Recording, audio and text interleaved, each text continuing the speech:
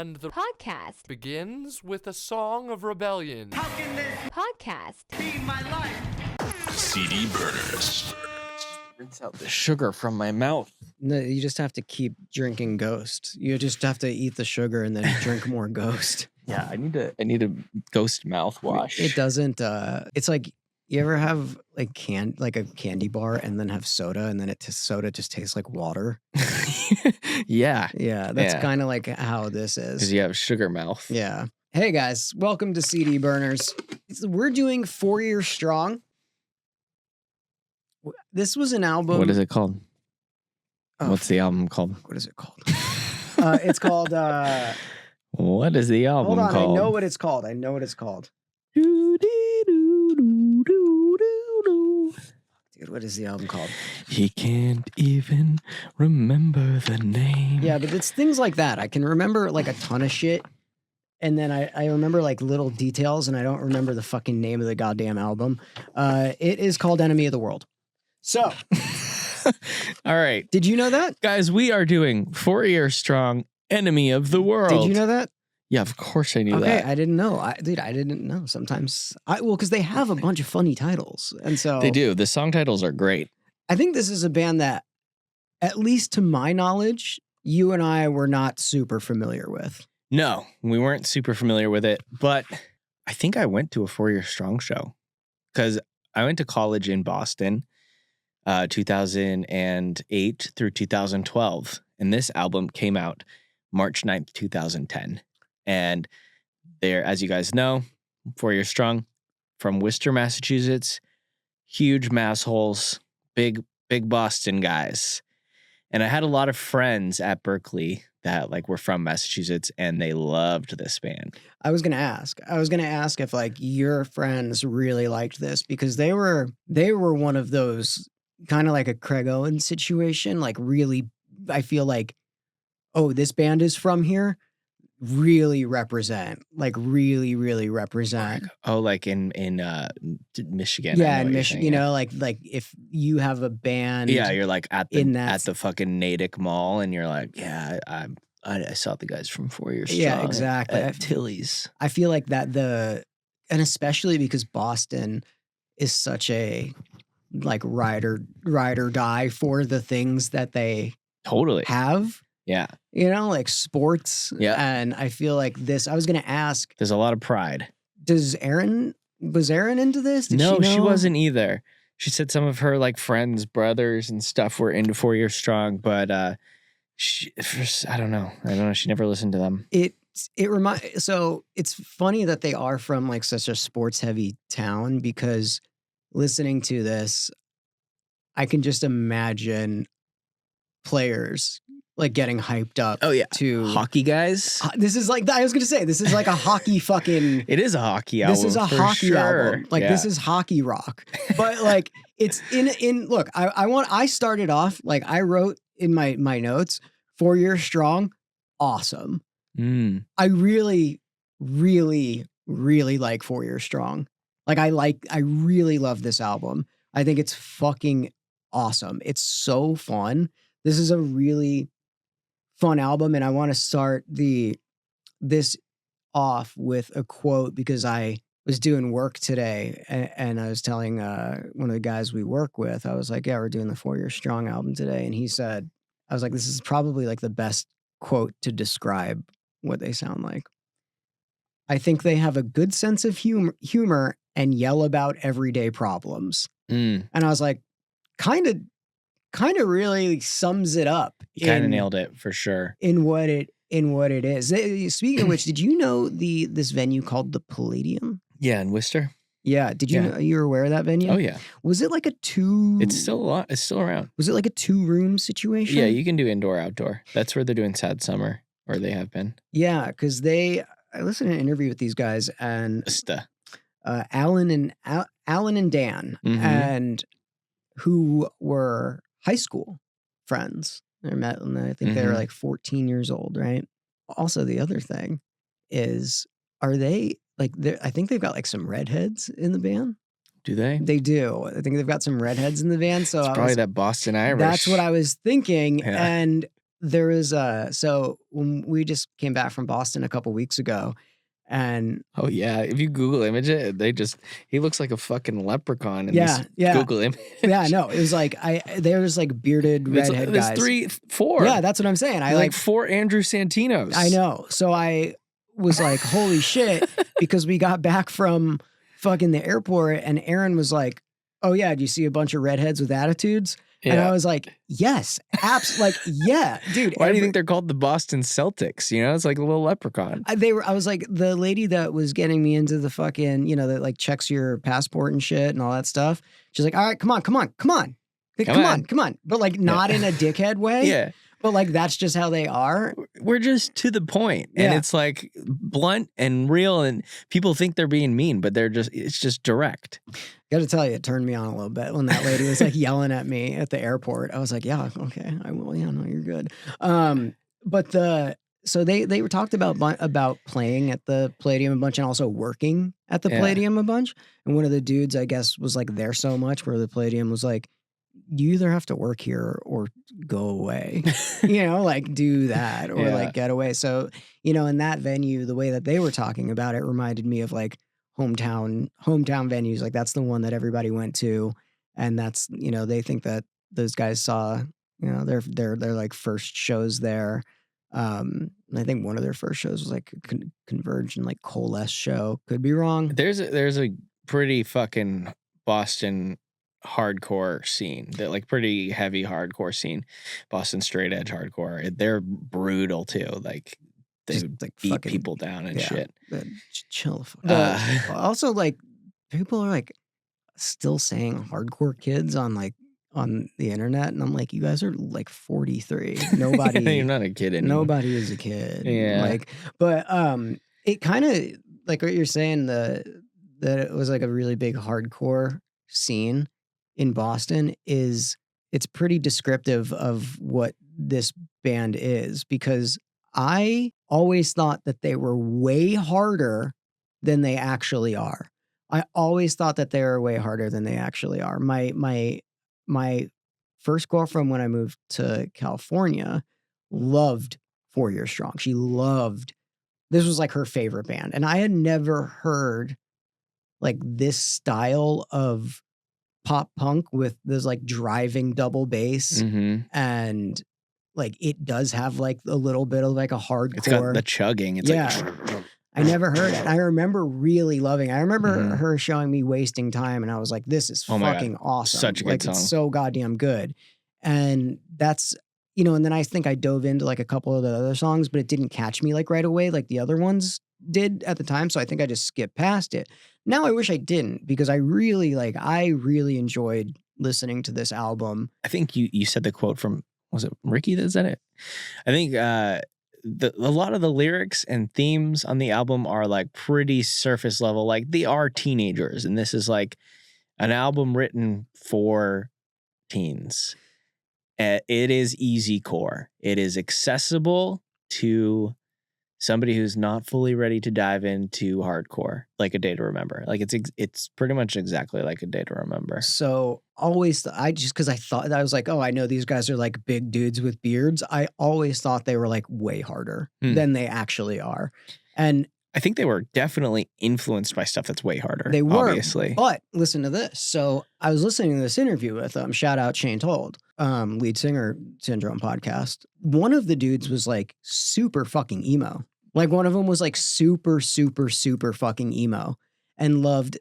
They said that they got their name from a Get Up Kids song, and which I was like, I've never heard that song. They said it was a song called 5 Year Strong, and I've never heard that Get Up Kids song. And I looked it up, and I was like, I don't know if they're lying or it's like an unreleased song. Yeah, I don't see that anywhere. Yeah, I feel like when you type in 5 Years Strong, it just comes up with 4 Years Strong. Yeah, so like I don't know if that's like something that was like an unreleased thing that they got it from, but that's what they said, or they're just like bullshitting. You know what I mean? But they did say that they were like, dude, we saw, it was like we saw one of Dashboard's first shows when he was like a merch guy for somebody else. Yeah. And, so they were really into that. And then also the other guy was like, yeah, I saw like fucking like, I think it was like Converge and Coalesce or something like that. And so like you can really kind of tell where those two things combined. I heard that they were really into In Flames, like the prog metal, Swedish prog metal band, Really? which is, I don't think you can hear it the first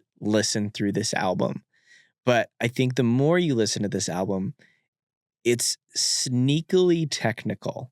Like the chugging is like crazy time signatures. There's all this like wild metal playing, Well, dude, but they condense it down into digestible pop punk. I was gonna say I had in my notes like I was like to like kind of figure out if they were very like went to music school because it's that good. Like it's like the music is great. They're great at what they do, and I don't know if they did. I think they were just like teens playing, and the two dudes, you know. And the cool thing about 4 Year Strong is that it's another dual singer band, another like dual guitar band. They're not, one of them's not like lead.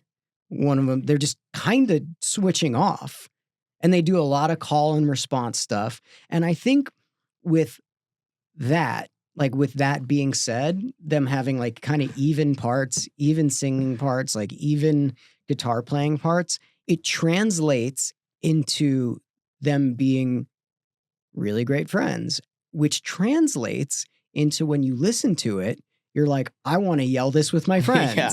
Like a lot of singing along, a lot of like gang vocals. it's awesome. And that's like, look, a really easy way to hook me is some gang vocals, really tasteful double bass, and really tasteful breakdowns and harmonies and melodies, which they have all of this. Like by all means, this should have been an album that I really, really, really, really loved from the get-go when I first heard it. I think I was just thrown off because my ex-girlfriend liked it so much. It's probably one of those like jealousy things that I had with like the main, where I was like, you like the fuck you. Yeah. You know? And also, you know, it was at a time when I was really into a little bit softer stuff. Like it was like a little bit past my hardcore stage, Yeah. and where I wanted to listen to like, you know, Yeah. like, It was 2010. like weird, you know, I wanted to Yeah. listen to like weird, soft, emo, indie shit. And so I think it threw me off for the time period. And also she was from Denver, and I remember Denver always being stuck perpetually in like 2006. exactly. Yeah. Like they just like never got out of 2006. So in my brain, I associated it with being a little late. Well, here's the thing, Morgan. I think that 4 Year Strong maybe kind of shot themselves in the foot, because the album that they put out after this was a big ass flop, and they put it out super quick. This album came out in March 2010, and 2011 they dropped something else, and everybody was like, no, this is bad. They wanted that album again. Yeah, they wanted them to do this again, and they didn't. I think the scene I actually listened to a podcast today titled "The Scene Turned Its Back on 4 Year Strong," and I think they kind of like lost the fan base for a minute. Interesting. That's when I was looking all of this up, I was like, it was a bunch of record label stuff. Like it was like a bunch of fucking. They're on. I was expecting. They're on Pete Wentz's Decay Dance, right? But they were also on Universal Motown. Yeah, and this is the thing that I expected you to be like. I have a bunch of stuff that's written incorrectly, and I was expecting you to be like, here's what happened with the label stuff. Yeah, I don't really know too much about like the politics of the label stuff, but I know that this was released on Universal Motown, like a label. This was their first major label, full length. This is what I heard, and this might be wrong. Okay. Like, right? I heard that it was on like Universal Republic, and Universal Republic was going out of business, and they were like, yeah, I guess you can put this out unless you were a humongous band and it sells a bazillion copies, then we'll put money into you. But either way, you're going to go on Universal Motown. Like, I don't know. There was a bunch of weird shit that I like kind of didn't understand. But at the same time, Pete came along and was like, yeah, do this. And then they were like, well, do you mind us being on this label also? And Pete was like, no, why don't we just have both labels behind it? We can do more stuff gets done. Yeah. Which was like a smart move. But like what you said about Easy Core. This to me was like a little bit different than Easy Core, and it took a little bit of diving Mm-hmm. to find like the right words to describe how this felt to me. Okay. Happy hardcore is Okay. like the right to me. I was like, damn, that's to me that's what it sounds like. Okay. Like even though I think that it's a style of like techno, Yeah. but which is the style of techno that I like. Yeah. But But those two words together yeah, to describe this, yeah, I guess that it works. like makes sense to me. Dude, I found this random tidbit that I thought that you would love. All right. It's not even anything. Yep. But so they put out like one single from this album in December of 2009. Then they went on tour from January to February, and then they put out this album in March. So that tour from January to February, check this lineup. I've got it. The Bled, Mm-hmm. Title Fight, Mm-hmm.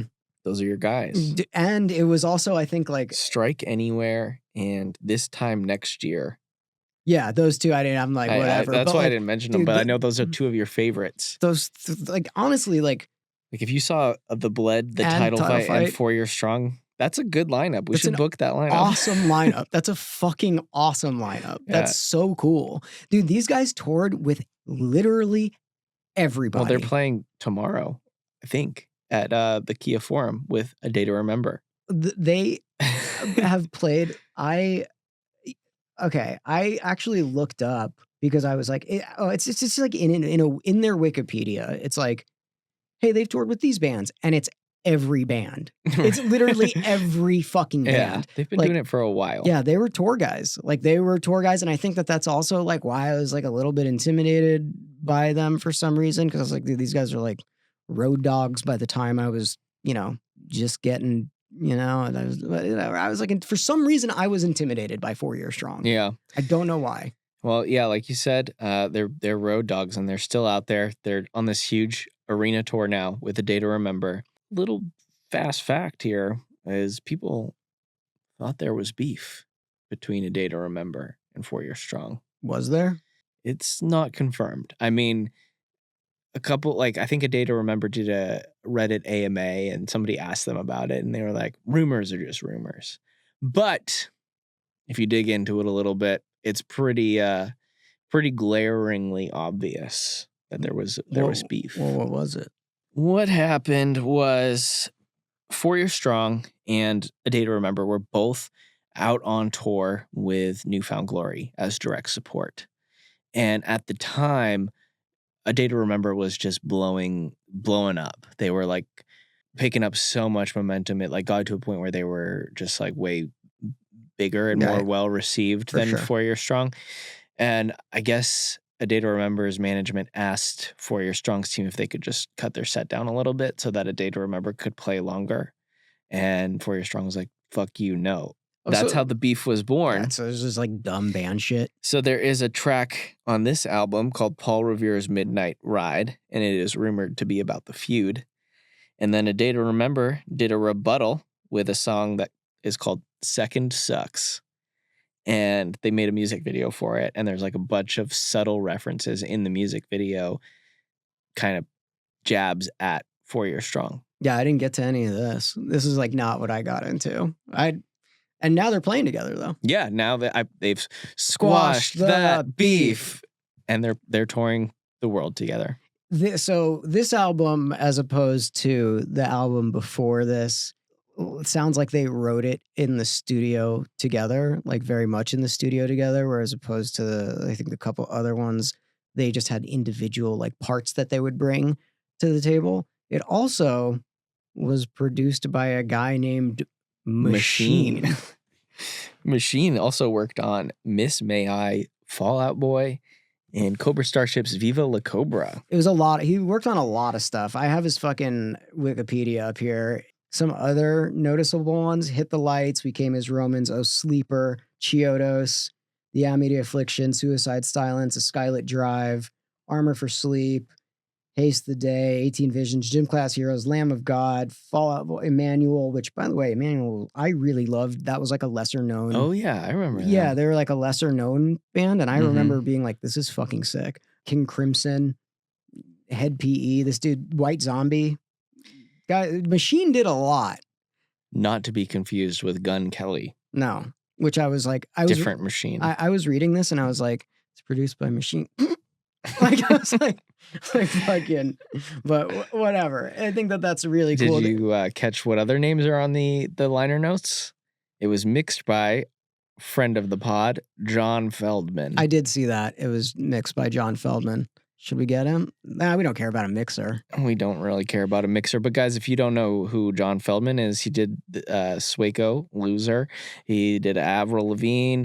He Fever 333, Blink-182, Five Sauce, Avicii, The Used. Like, he's also famously the lead singer of Goldfinger. John Feldman's fucking awesome. It's like if you ever talk to him, it's like he just had 5 espressos. Yeah, he's wired. He just ate that whole bag of candy. I called him on the way. I was in Calabasas coming to Calabasas one day, and I just like randomly called him, and he just picked up. He's on vacation with his family. I just wanted to like say hey. Yeah. And he was like, "Hey, dude, how you doing? All right, I'll talk to you later. Bye." That's funny. Yeah, it was really funny. But there was another name I noticed on here, Shep Goodman, A&R for Universal Motown. And do you know where we know Shep Goodman from?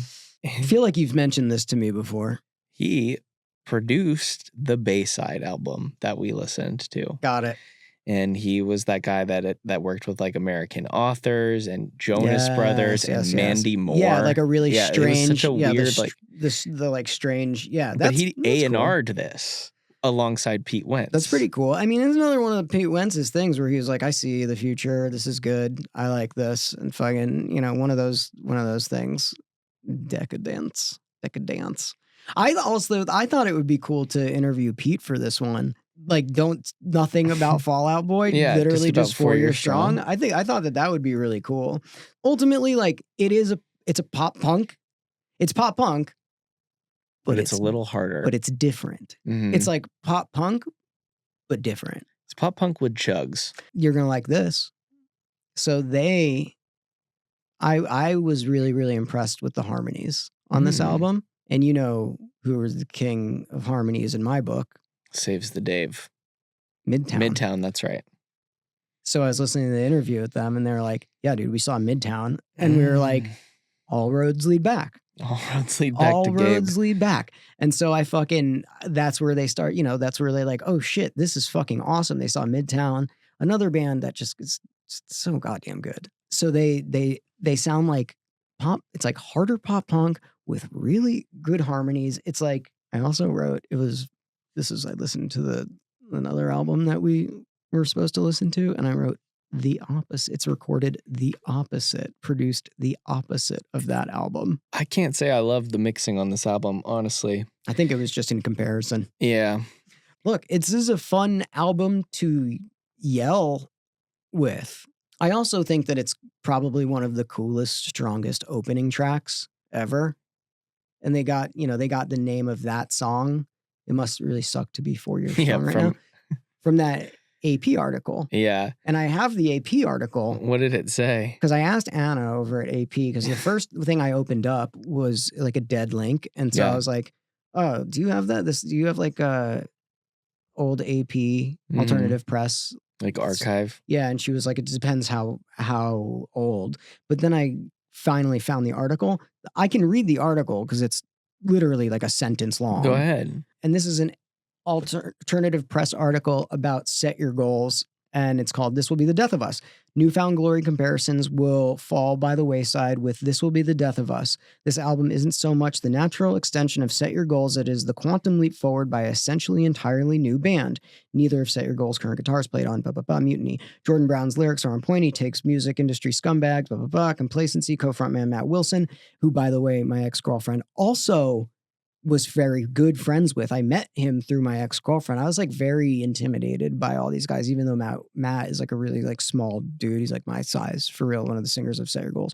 Isn't the other guy like really big? Yeah, it's cool. I had beef with them, remember? It was like a random beef. No, what was your beef? We squashed that beef. But they like DJ'd Emo Night in San Francisco, and they didn't understand that like we play hip hop or something like during Doors music. And I think Jordan like tweeted something being like, sorry guys, like, I don't know what's happening Oh, out okay, there. I They're remember. fucking playing hip hop. Yeah, And yeah, I was like, dude, it's fucking 9:15. Yeah, Like the yeah. room's half full. Yeah. When do you guys really just, you raw dog your shows? You have no Doors music? I don't know. We squashed it. He understood. Good.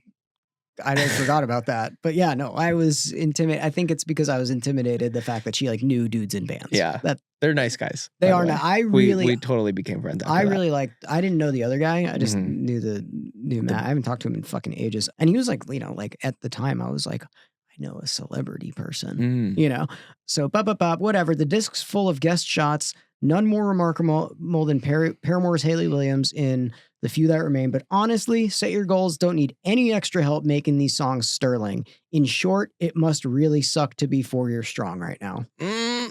That's seems like an unnecessary cheap shot. It like doesn't make it makes almost no sense. That's stupid. It like makes almost no sense to just fucking put that in there, and I No. don't think that they sound like them. at Alternative all. press back in the day, they you know, it wasn't really the top tier of journalism. Yeah, they're fucking idiots, dude. I mean, there was like some really, really iconic shit from alternative Of press, course. but then it started going really on the wayside, and then fucking Anna picked it back up, and now it's really top tier, like one of the best magazines out there, I think, right now. Well, speaking of song titles, there's some other really good song titles on here. A lot of them are movie references. What the hell is a gigawatt or gigawatt? Is Just went Back to the Future. Back to the Future. I loved this song title. Flannel is the color of my energy. 311. Yeah. I didn't read these. I didn't know. I'm not. And the title of the bonus track, Listen, do you smell something? Ghostbusters. Yeah. Good job. Yeah, right? See, I remember like fucking regular shit, like shit like that, but I don't remember the name of the album that we're Yeah. fucking reviewing. Yeah. That was impressive, man. So they re-recorded this album In 2023, in right? 2023. Which I think, unfortunately, that's the version that we got. It's looks the same. It's the same cover. Oh, we did. Speaking of which, we didn't talk about the cover. The cover's fucking awesome. It was done by a dude, Joe Spix and Ken Kelly. So Ken Kelly did other album art for, basically he did like every Manowar album art where they all kind of look like that. It's like egregious fucking like butt rock guys. He also did album art for Kiss, and then he did an album for Coheed. Wow. Yeah, an album art for Coheed, but it's literally just like a bunch of fucking Manowar album covers. And the guys are, look, I think you can tell by the album art that the guys are fun and funny, and you can tell with the music, and you can tell with the song titles. They just seem like an all-around very cool band, and I don't know why I was so intimidated by them, but they did re-record it. So there's some quotes about the re-record here that I fucking picked up. So it seems they are re-recording to get the rights back from the record label so they can release the physical copies of the album. I have a lot of respect for that and the effort the band is putting in to make something special for the fans. The studio they recorded wasn't allowing them to press it, and now that enough time has passed, they were able to put it out on their own, with nobody saying what they can or can't do with it, like Taylor Swift's re-recordings. Alan Day, the guitarist, had this to say. He said, "We decided to re-record this album first and foremost to be as cool as Taylor Swift, but secondly, because we wanted to be able to repress the vinyl and offer it to fans that haven't been able to get it since the record came out." They seem like great guys. Like Yeah. they really seem like good guys. Do we know anybody that we could talk to with this? Like, We're going to reach out. we'll reach out. We're going to befriend 4 Years Strong. I feel like some of them have DJ'd Emo Night before. They have been pitched to me before from like their agent, and I just, for some reason, I never like went for it. We should go for it. I really like them. Me too. I really, really like them. I'd love to be friends with them and then squash my beef that only exists in my head Yeah. that they don't know about because of my ex-girlfriend. So their quotes, like, just because we are on this album, I found a good quote from one of the dudes in the band about recording the album. And he said, "On Rise or Die Trying, one of the things we really concentrated on was writing really cool parts followed by other really cool parts," which if you listen to that album, you're like, that's a cool part. That's a cool part. That's like Yeah. it is. It's true. Yeah. And then on this album, on this record, we concentrated on having one cohesive song from start to finish that really sounded like it belonged together. Love it. I thought really like a cool way to, it's simple on when people are like, what are you going to do for this album? Like the fucking dumbest question ever. But I think that's a good answer comparing that, how you did the first one to the second one, Mm-hmm. to be like, that's it. Like we were trying to make all songs that really fit together as opposed to have great part after great part after great part and trying to squeeze all of those great parts together. Song for song's sake rather than just like Frankensteining a bunch of ideas. Yeah, which the most Frankenstein I've ever heard out of all of the ones that worked was the fucking Chiodos album. It did work. But it worked. It Yeah. did sounded like just fucking. Yeah, they were like, this is cool. This is Yeah. cool. Now we're going to go to this weird thing.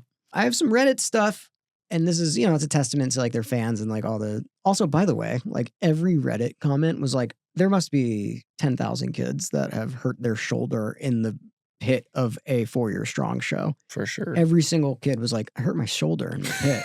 Like every kid, Ow. like every comment was like, my shoulder hurts.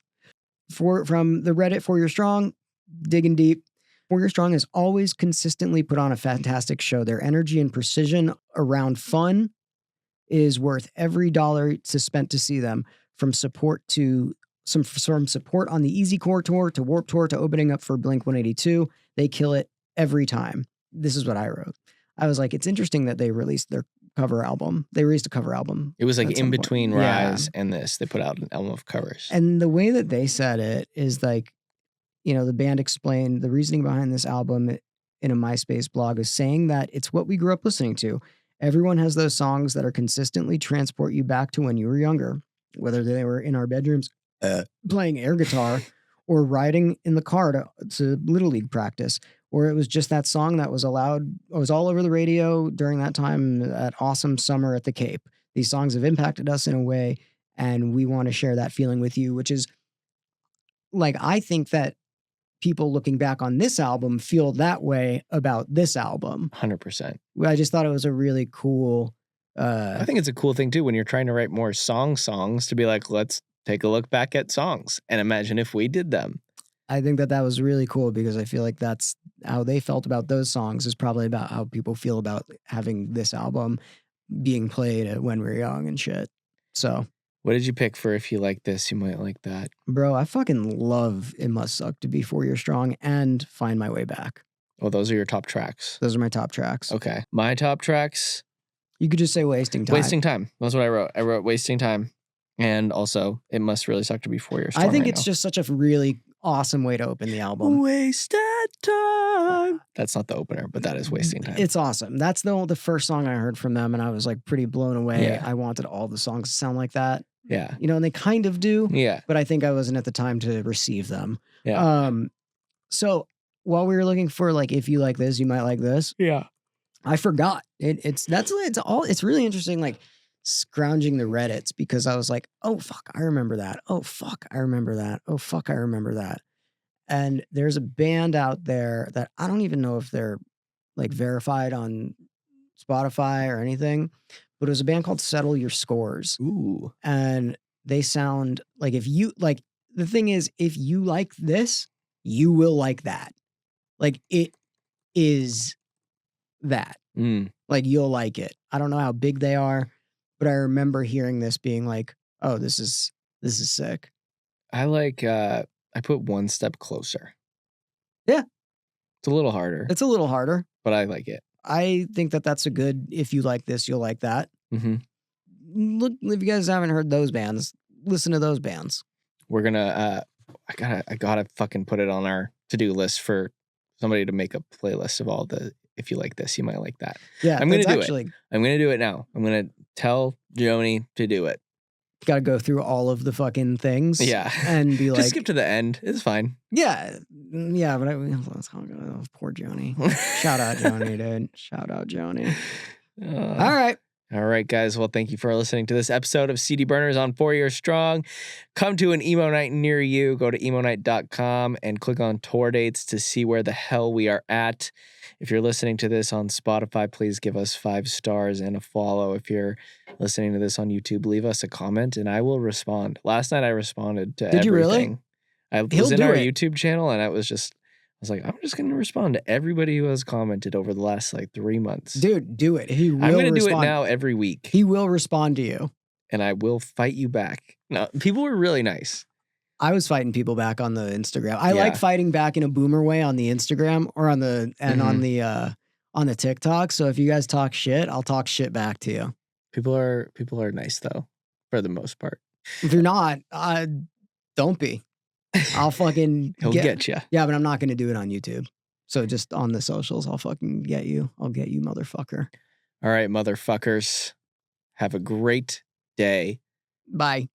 All right, guys. Well, welcome to the podcast machine. He produced the album that we're talking about today, 4 Year Strong, Enemy of the World. And it's a really fun album. It's a good time. Was it as fun to make as it sounds? Actually, it was. Because I would tell you if it wasn't. But with these guys, yeah, it was. We had, they were just ridiculously fun guys to work with. And just laced with so much natural talent that it took so much of the stress off of the session, because whatever we would do together was just it was going to work in one way or the other, Dan and Alan are ridiculous. And it's hilarious too. It's they did not give a shit about anything like that, anything typical that would be typically done. We have videos of us vocalists are so precious, right? On their voice. I can't do this. I can't do that. They're they were just taking the piss and doing everything they should, eating ice cream while tracking vocals or smoking or all breaking all the rules. It just didn't matter. They're so talented, Dude, I from the looks of it and your track record is wildly impressive and sick and awesome. But it looks like, before you did this album, it's a lot of heavier stuff. It is and for the most part, it's pretty heavy, right? It was heavier stuff this is what happens with producers, actors, musicians. When you do something and it becomes popular, you get defined as such, pigeonholed as such, right? Same thing with an actor. They do a horror film and they're in the horror movies. Yeah. So no, I did not grow up on metal, on heavy stuff. I learned metal largely from meeting Lamb of God, who then I produced and went to the Grammys, and all of a sudden, such as Buzzy Metal record, I was overnight, I was a metal guy. But no, it was actually Lamb of God who taught me about metal. I produced a King Crimson record, which they liked, a Clutch record, and then I had done one metal record, which was a fairly unknown band before I met Lamb of God, this band Spite. And they just thought I understand progressive music, I understand heavy music, but I was not the metal producer. I hadn't done any of bands in their genre. They could have worked with anyone. At that time, they just got signed to Epic. They could have worked with any typical metal producer at that time. And I think what made it work with us is that I just met with them and I told them from a distance, it's my perspective on what metal was at the time, how it was a lot of fake sounding drums and, people deprioritizing vocals and stuff. I was I kind of broke it down of what I was kind of dissing their genre when I met them, to be completely honest. And in the way they're wow, okay, this guy, he's not wrong. And he has got some really interesting perspective. And I think I got that gig because I had perspective and I wasn't a typical metal guy. But I certainly, to the public, it was very successful. So as it goes, typical, I definitely, people thought I was the metal guy since then. And it's funny because I get asked questions about deep Yeah, deep you're like, rooted. I don't know. You're like, And I'm like, I don't fucking know. I'm like, I've I'm a musical guy, and I think I just have really good instincts about bands' audiences. My big thing is I'm very into really seeing a band live and really understanding their audience, and kind of like a DJ mindset, right? It's like I really do really research that, and I try to. It's like a Rick Rubin mindset too. It's like I try to understand the culture around a band, like what their audiences like about their band or their genre and what they want. And that's, I had learned this about heavy music. I would go to these shows and I started to and I was more of like a rock guy or a pop guy. I started doing hip hop stuff, actually, programming beat stuff. And I would like watch the audiences. Now, I've never been in the pit. To this day, I've never been in the pit. It scares the shit out of me. I'm a wuss. But I would like go and I go, oh, right. But this metal thing, it's about like energy management. It's like managing the flow of like the breakdown and then the intense part so kids can like collide together. And it's like, I'm like, if you nail the energy management and then you sneak in a little more melody or a little more hooks, you're going to make huge metal records. And that's kind of just what I did. But to me, that was like really easy to figure out. So like, I mean, you said you grew up with like rock and pop, and these guys are somewhere like I would say like in the middle of all of that.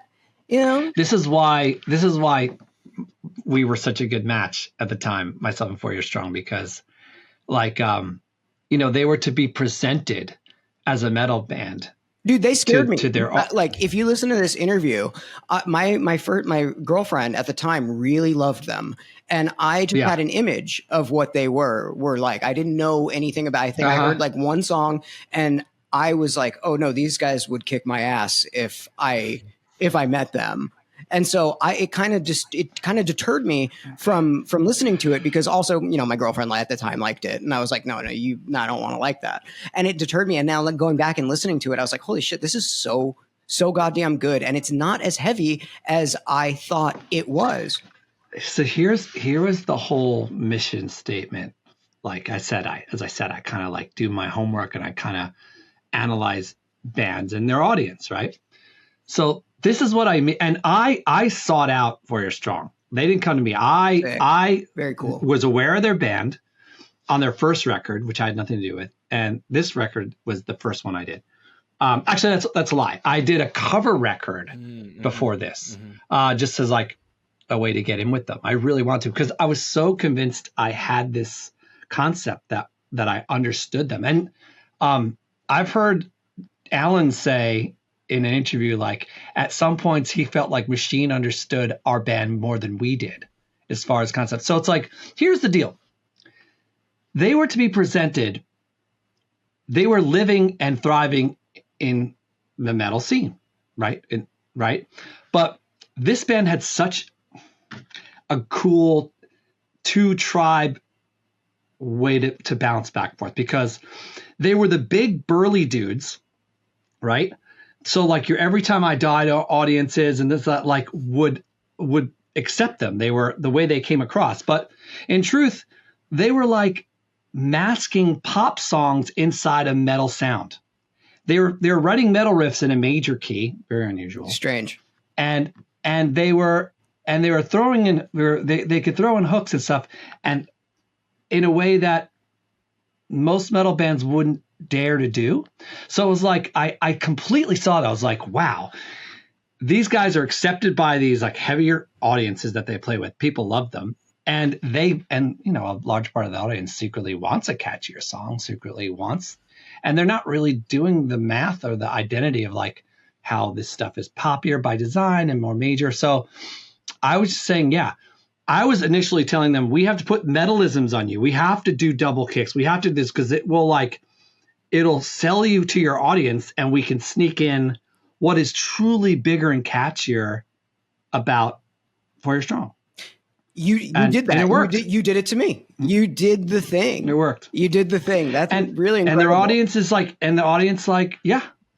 accepted them. Like, so it's like, so they were, so for the poppier audience, they were the dangerous band. And for the metal audience, they were the band that was more groovy, and they accepted them because of who they are and what they look like.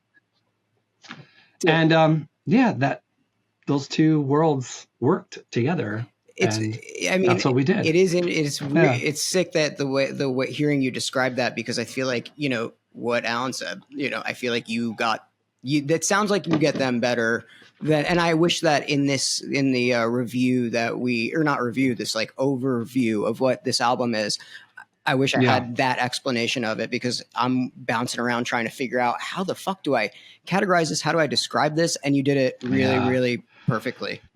Oh, thanks, man. Yeah. You don't always go after a bands. I have there's a handful of bands that I like. I think I would do a good job here. And I'm very forward with going after it. It's not always that way. Sometimes a lot of bands come to me, they know my discography, or they like this or that record. But this was like a perfect example. It's like, I was all over these guys. I was like, we have to work together. I was like, I did a cover with them, like a Beatles cover, which is Eleanor Rigby, I think. We did a cover and we shot a video for it. I did an entire cover record. I was trying to win them over to be like, y'all need to let me produce a record. It's going to be a good thing. Well, it sounds like you had a great vision for this album. What do you think were like the biggest challenges that you guys faced when you were making this record? And I think you were starting to touch on it a little bit, but was there any sort of resistance to like where you saw them going versus where they saw them going? Not too much, not like other records. 'Cause I'm kind of, in kind of like what I in being known for like heavier bands, I think I do well with them because I do have like a pop sensibility, and I have very much a rap sensibility. That's kind of where I grew up. I grew up in like Teaneck High School, and I saw the birth of hip hop. And the first things I ever did in music, I was a kid that played guitar and was like trying to be Eddie Van Halen and shred. But as far as getting gear and working in a studio, I was very into hip hop. And the first thing I ever got, before you could afford all this expensive recording gear, I could afford a sampler and a sequencer, and I could make beats. So and I love hip hop stuff. So I used to, that's where I came from. So where it's more difficult, to answer your question, it's more difficult usually with heavier bands where I'm trying to, without scaring them, sneak in more hooks or catch your little bits or little breaks like you'd have in like hip hop stuff. It's like my DNA is very hip hop minded. Even though I'm a guitar player and I really understand heavy music. I understand the needs, the energy needs. But so anyway, now to your question, to this band of the subject matter here, 4 Years Strong. This work. It wasn't as difficult. I'm actually on a podcast today. Come on in. It actually wasn't as difficult. This is my son Levi. What's up, dude? Dude, the ramen turned into Jello. So it was a lot easier with these guys because they're like we're all a bunch of like girls, really. Like they just like we would like listen to pop music all the time and rap music on this record, and like they totally know it, sometimes more than me, and they're totally into it. So less challenging. And there's always discrepancies and arguments, or trying to get someone to see your way. That happens on every record, and but it's cool with these guys because they're just like, because they don't really give a fuck. It's like they don't really give a fuck. They're like, they're not worried about anything because they know they know they're good. You can tell that when you meet them. They know they're good, and they know that like if I was to say something that they didn't quite register with, they give it a try, and they're not worried that I'm gonna turn them into something they don't want to be. You know. I like that you're like the Joker of producers, and you're just like trying to sneak stuff into artists without them knowing. Like I Well, think that's awesome. it's a good thing to be. I mean, you sort of need to help bands be their better selves and, not get in their own way, because, bands can get bands say, look, a lot of bands say when you talk to them and meet them that they want to be different or try something unique. But then sometimes when it comes down to it, they actually don't. They're actually, there's a little fear in there, and they actually do want to be like a lot like all the other bands in their genre. And that's not, you have to find your balance of where you fit in and where you are like the other bands. But where's your isms? Where's your signature? Where are the things that uniquely make you? And how could we bring those out and have identity? Because all of our favorite classic bands all have this. They all have something about them that we can identify. That's that band. Yeah, we live in a world now of too much samey bands. I agree. Dude, I agree. Yeah. I agree with you very much.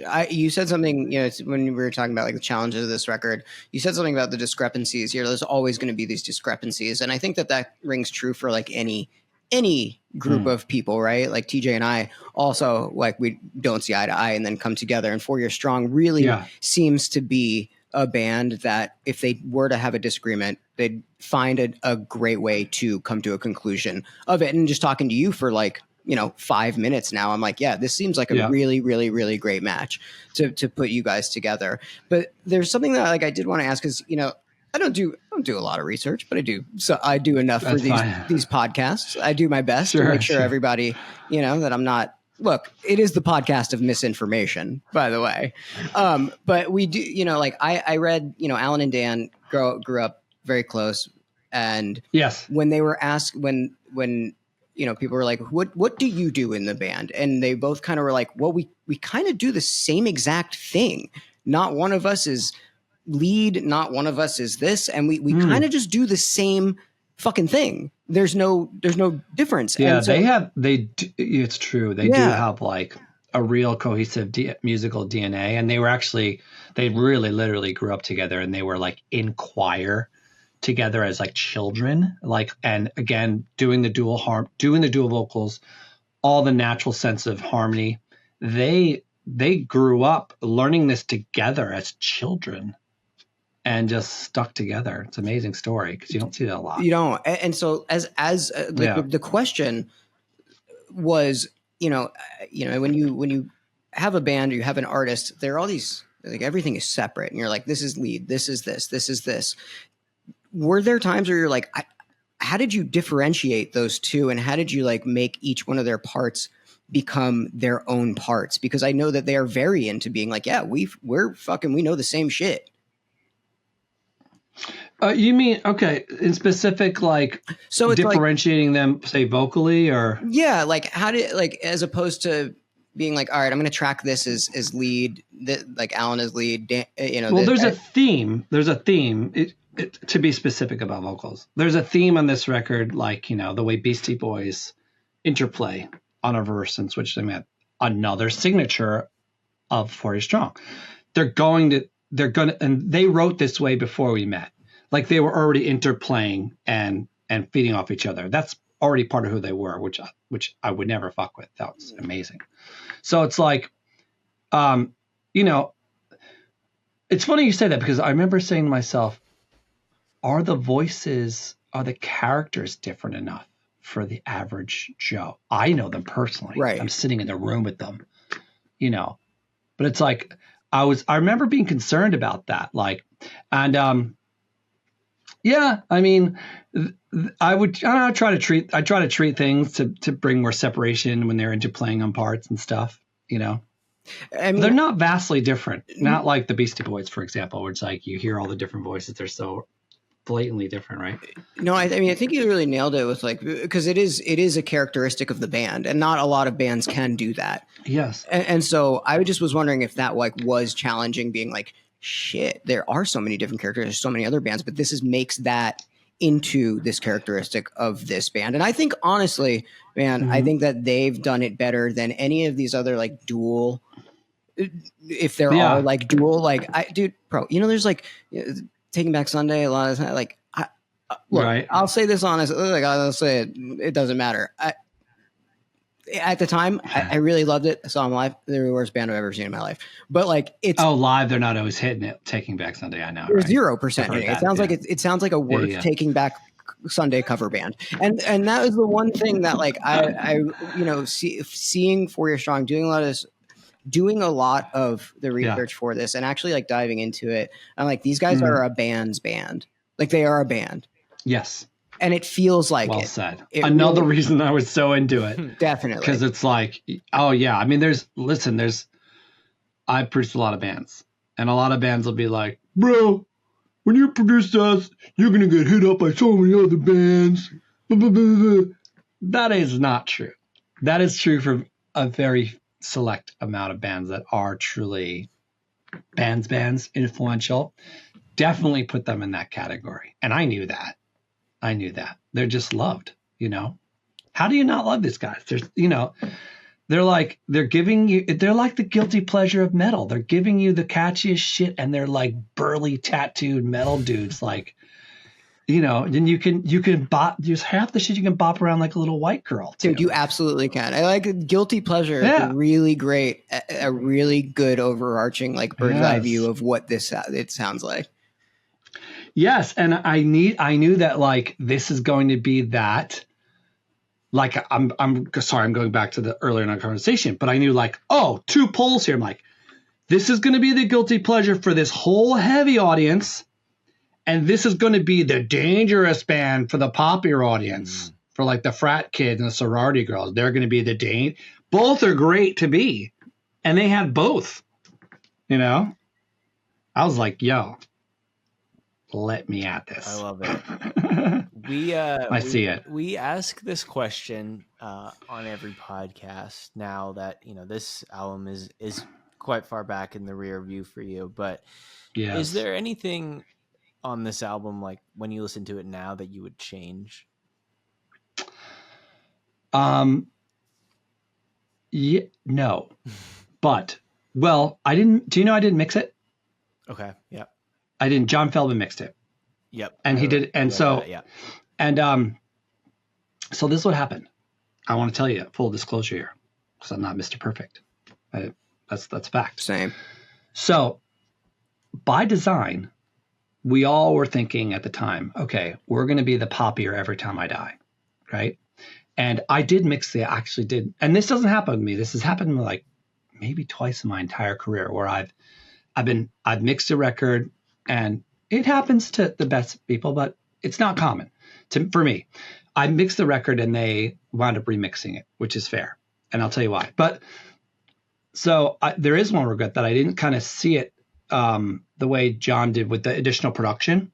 So we were discussing like, okay, we're going to be the poppier version of Every Time I Die. And so in with that production style, my mixes were way more organic, less like fake drum layering, synth stuff, twirly beeps, blurps and stuff. Definitely. Right. Just letting the songs be more commercial. So it was good. It was very organic. So when John did it, he added like typical, lots of production, lots of some synth layers and some effects and stuff you get off, well, not Splice, but or wherever you get at the time. And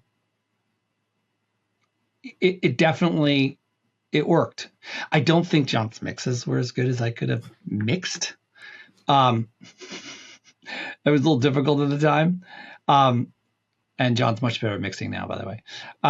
But it didn't matter. Here's the point, because I'm talking nerdy sonic mixer engineer shit, which I don't think it matters as much for selling records. What matters to selling records is like the flavors and the sounds and the songs. And John definitely he really did a good job of adding some of that, additional production, which made it, even better for catchier, a more commercial audience. Dude, I'm You know? gonna. So I wish I had done that. I wish I had kind of done that initially and had. You did had do had the that as a mix. re-record though, right? In 2022. Yes. And did you get a chance on that go around to maybe tweak some things that kind of sat? Oh wait, you're saying that album was remixed?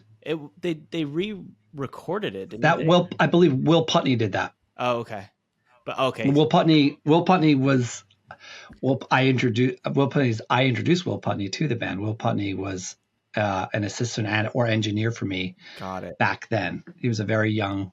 I think you still got a producer new engineer. credit on it because of the first one. Sure, because I did. I did initially produce the songs. Got it. Sure. So you weren't. But yes, Will did that. He redid all that. Yeah. Dude, Yes. There's an EP that I came back and did, which did really well.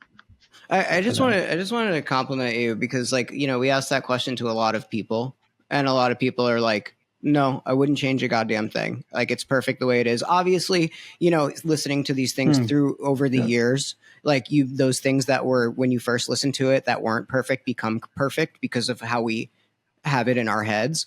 But I think it's a really cool thing to actually hear an album, like somebody go and be like, actually, I would have done this differently, or like I would have done. It's a very cool. It's funny. You gotta listen.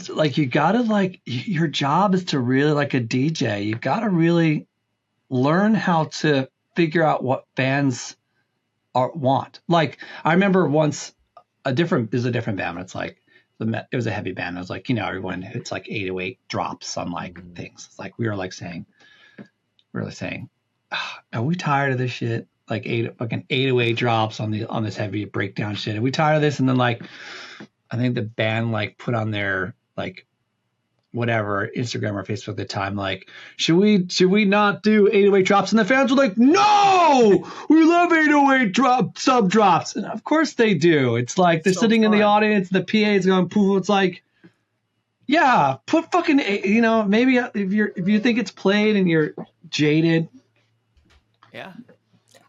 They're fun. They're fun. And that's what this band is about. This band is about, it's fun. But Hoyer Strong is a fun band. I remember they're always going to be like that. Dude, I remember first hearing heavy music with 808 drops. Like that blew it, like really, it blew my mind. It blew my mind. I was like, this does not sound like it's supposed to be here. This sounds so new and interesting to me. And it's so funny that you mentioned that because now bands are like, should we do like I feel like it's it's come so far.